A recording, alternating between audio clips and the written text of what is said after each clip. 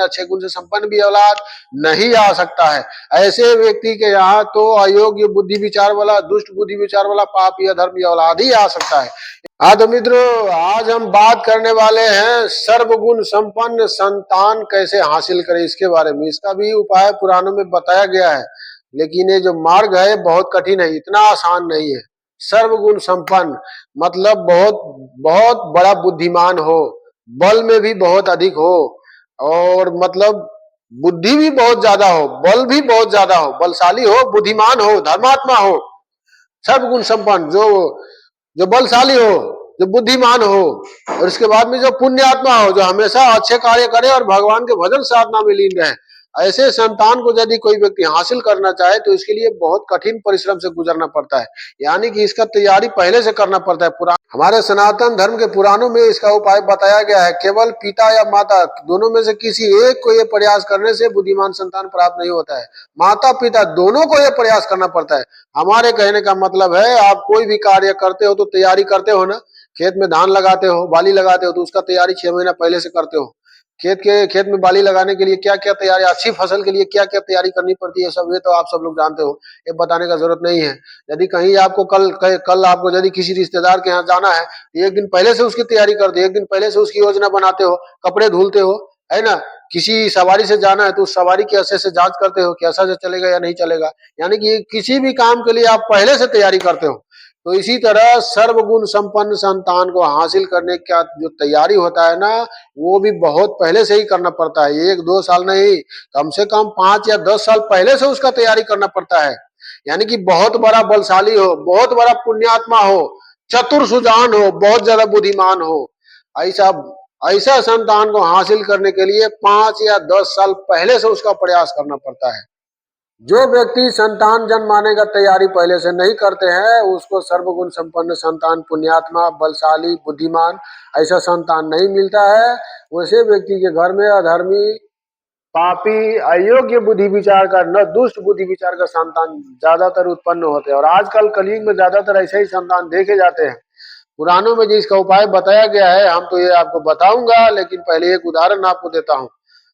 जब गरुड़ जी के पिताजी महर्षि कश्यप और उनकी माता विनीता, गरुड़ जी की माता जी जो विनीता थी, महर्षि कश्यप के पास जाके विनती किए कि एक सर्वगुण संपन्न, जो बल में भी श्रेष्ठ हो और बुद्धि में भी श्रेष्ठ हो, जो भगवान का अनन्य बहुत बड़ा भक्त हो, ऐसा संतान का कामना जाके किए थे। तो महर्षि कश्यप ने विनीता जी को बताया था कि देवी, ऐसा सर्वगुण संपन्न संतान को हासिल करने के लिए हमको बहुत बड़ी तैयारी की आवश्यकता होगी, ये अभी इतना जल्दी नहीं हो पाएगा, इसीलिए आप जाइए, हम इसकी तैयारी करते हैं, और जब तैयारी पूरा हो जाएगा तब हम आपसे आके मिलेंगे। महर्षि कश्यप जी ने गरुड़ जी जैसे संतान को हासिल करने के लिए 10,000 वर्ष तक ब्रह्मचर्य का पालन किया था, और 10,000 वर्ष तक तपस्या करते रह गए उन्होंने। तो यही बात है दोस्तों, जो व्यक्ति हर रोज वीर्य नष्ट करते हैं, ऐसे व्यक्ति के यहाँ तो सर्वगुण संपन्न या पुण्यात्मा, धर्मात्मा संतान उत्पन्न नहीं हो सकता है।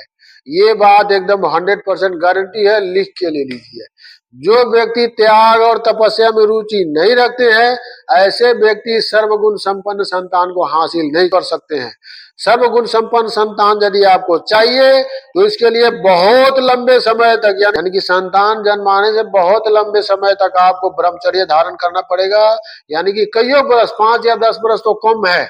10,000 बरस तक महर्षि कश्यप जी ने ब्रह्मचर्य धारण किया था, और 10,000 बरस तक भगवान का तपस्या करते रह गए उन्होंने, गरुड़ जी जैसे महाबली संतान को हासिल करने के लिए। तो 5 या 10 बरस तक तो एक कली के मानव के लिए कुछ भी नहीं है, लेकिन इतना पर्याप्त है। इसके बाद में लंबे समय तक ब्रह्मचर्य धारण करने के बाद हमेशा अच्छी बुद्धि विचार का, मतलब अच्छी वाणी मुख से निकालना है, गंदे शब्द का प्रयोग नहीं करना है, जहां तक अच्छे कार्य करने का प्रयोग करना है, और भोजन भी शुद्ध आहार ग्रहण करना है, मांस मदिरा जैसे भक्ष्य पदार्थ का ग्रहण नहीं करना है। सात्विक जीवन जीना है, अगर संभव है तो शाकाहारी वैष्णव जीवन जीने का प्रयास करना है। इसके बाद में अयोग्य शब्द मुंह से कभी नहीं निकालना है। इसके बाद में उनके माता और पिता दोनों के लिए ये नियम बनता है, माता और पिता दोनों यदि अच्छे सर्वगुण संपन्न संतान को यदि हासिल करना है तो माता और पिता दोनों को ये प्रयास करना पड़ता है। इसके बाद में इतना सारा प्रयास करने के बाद में जब महिला गर्भवती होती है तो उनके लिए खास नियम बनता है कि जब वो गर्भवती है तब कभी अयोग्य शब्द मुंह से ना निकाले, किसी से झगड़ा नहीं करे, हमेशा अपने आप को शुद्ध रखे और शुद्ध आहार ग्रहण करे, और इसके बाद में अच्छे अच्छे भजन कथा सुनने का प्रयास करे, अच्छे शब्द मुंह से निकाले, और इसके बाद में ज्यादातर कथा से संगत रखे, धार्मिक सात्विक वातावरण से संगत रखे, पुराणों को सुनने का प्रयास करे। ये सभी नियम है अच्छे और बुद्धिमान सर्वगुण संपन्न संतान को हासिल करने के लिए। लेकिन आजकल कलयुग में ज्यादातर लोग देखे जाते हैं कि जो मर्जी वो करते हैं, अपनी मनमानी करते हैं, महिलाओं को अपनी मनोरंजन की वस्तु समझ लिए हैं। आपको पता होगा दोस्तों, इस कलयुग में ज्यादातर अधर्मी अधर्मी संतान, दुष्ट बुद्धि विचार का संतान ही उत्पन्न होते। इसका कारण क्या है? इसका कारण उस संतान के माता पिता ही है।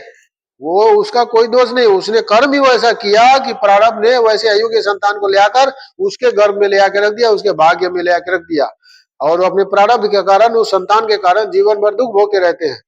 आप लोग देखे होइएगा कि हमारे टोले महल्ले में, गांव में, या किसी भी गांव में 100, 1000 या 500 में किसी एक व्यक्ति के यहाँ अच्छे बुद्धि विचार या पुण्यात्मा संतान की उत्पत्ति होती है।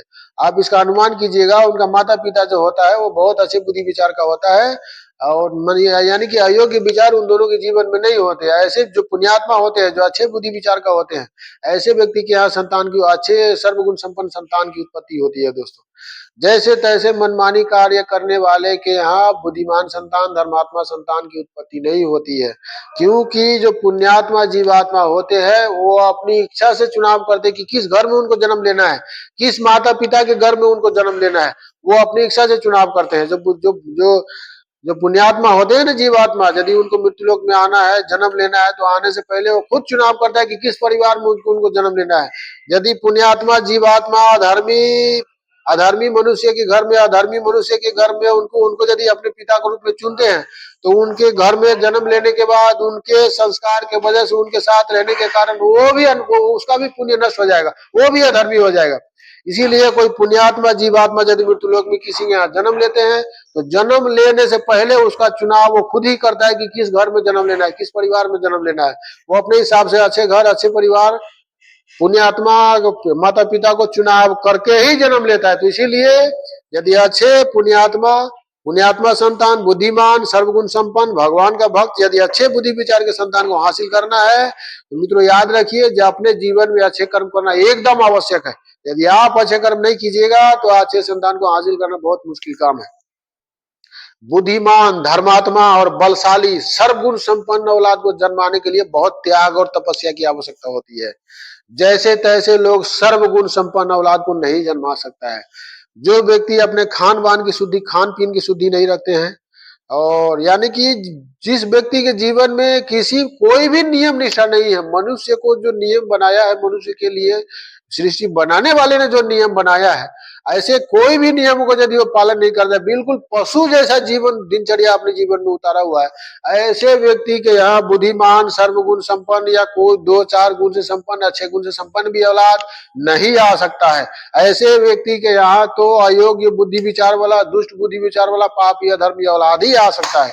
दोस्तों, आप हमारी इस बात को सुनकर आप लोगों के मन में एक सवाल आता होगा कि हम ये बात आप लोगों को बता रहा हूं, लेकिन हमारे घर में जो हमारा संतान हुआ वो पुण्यात्मा क्यों नहीं हुआ? तो इसका कारण हम बता दूं दोस्तों, कई वीडियो में हमें बता चुके हैं कि जब हमारे संतान हो रहा था, जब विवाह हुआ था, उस समय में हमको शास्त्र पुराण के बारे में कोई जानकारी नहीं थी। लेकिन अभी हाल फिलहाल में, ये 2021 के बाद में हमको शास्त्र पुराण के बारे में जानकारी हुआ है। तब तक तो हमारा समय बहुत आगे निकल गया है। आप देख रहे हो, हम अभी कहाँ, सऊदी में है, और ये सभी सीमा हम पार कर चुके हैं। अभी इन सभी वातावरण का हमारे जीवन में कोई मतलब तो नहीं है, लेकिन ये सभी जानकारी हम आपको दे के, आप इस जानकारी को अपने जीवन में उतारने की कोशिश कीजिए। जो भी नवयुवक है, जिनका भी समय अभी चल रहा है, नया नया समय शुरू हुआ है, जिनको भी संतान हासिल करना है, उन सभी व्यक्ति के लिए फर्ज बनता है कि इन सभी जानकारी को अपने जीवन में हासिल करें, ताकि अच्छे से अच्छे संतान आपको भी प्राप्त हो, और अच्छे बुद्धिमान संतान आपको प्राप्त होगा तो आपको जीवन में ज्यादा दुख और कष्टों का सामना नहीं करना पड़ेगा। नहीं तो भैया कहते हैं, अयोग्य संतान, अधर्मी संतान, अयोग्य बुद्धि विचार के, दुष्ट बुद्धि विचार के संतान यदि हासिल हो, इससे अच्छा है कि बिना संतान के ही अपना जीवन बिता लो, भगवान का भजन साधना करके। यदि अयोग्य दुष्ट बुद्धि विचार का संतान आपको प्राप्त हो गया तो नरक से ज्यादा दुख आपको भोगना पड़ेगा। संतान नहीं होने से जितना दुखी रहते हैं, उससे ज्यादा दुख आपको उसमें भोगना पड़ेगा। तो इसीलिए हमेशा ये प्रयास करना चाहिए कि अच्छे बुद्धि विचार का संतान हासिल करूं। ऐसे मुफ्त में नहीं मिलते हैं, बहुत त्याग और तपस्या की इसमें आवश्यकता होती है। जो व्यक्ति बिना तैयारी के संतान की उत्पत्ति करते हैं, ऐसे संतान धर्मात्मा शिक्षित बुद्धि विचार का कभी नहीं हो सकता। इसीलिए शिक्षित बुद्धि विचार का संतान आपको प्राप्त करना है तो इसका तैयारी आपको साल भर, 1 महीना, 6 साल, 5 साल, 10 साल पहले से करना होगा। यदि आप पहले से तैयारी नहीं करते हैं तो अच्छी बुद्धि विचार का संतान, शिक्षित बुद्धि विचार का संतान किसी को ऐसे मुफ्त में प्राप्त नहीं होता है। ये हमारे पुराणों में भी बताया गया है, संत महात्मा भी जानते हैं, कथा में बताते रहते हैं। यदि आपको इसके बारे में जानकारी हासिल करना होगा तो आप गूगल से भी पूछ सकते हैं। ये जानकारी हमको पुराण सुनते वहां से मिला है, कथा से भी मिला है, कथा बराबर सुनते रहते हैं। अच्छा तो मित्रों, जय श्री राम। आप हमारी इस वीडियो को जहां से भी देख रहे हैं, हमारे सभी प्रोफाइल को फॉलो कीजिएगा, लाइक कीजिएगा।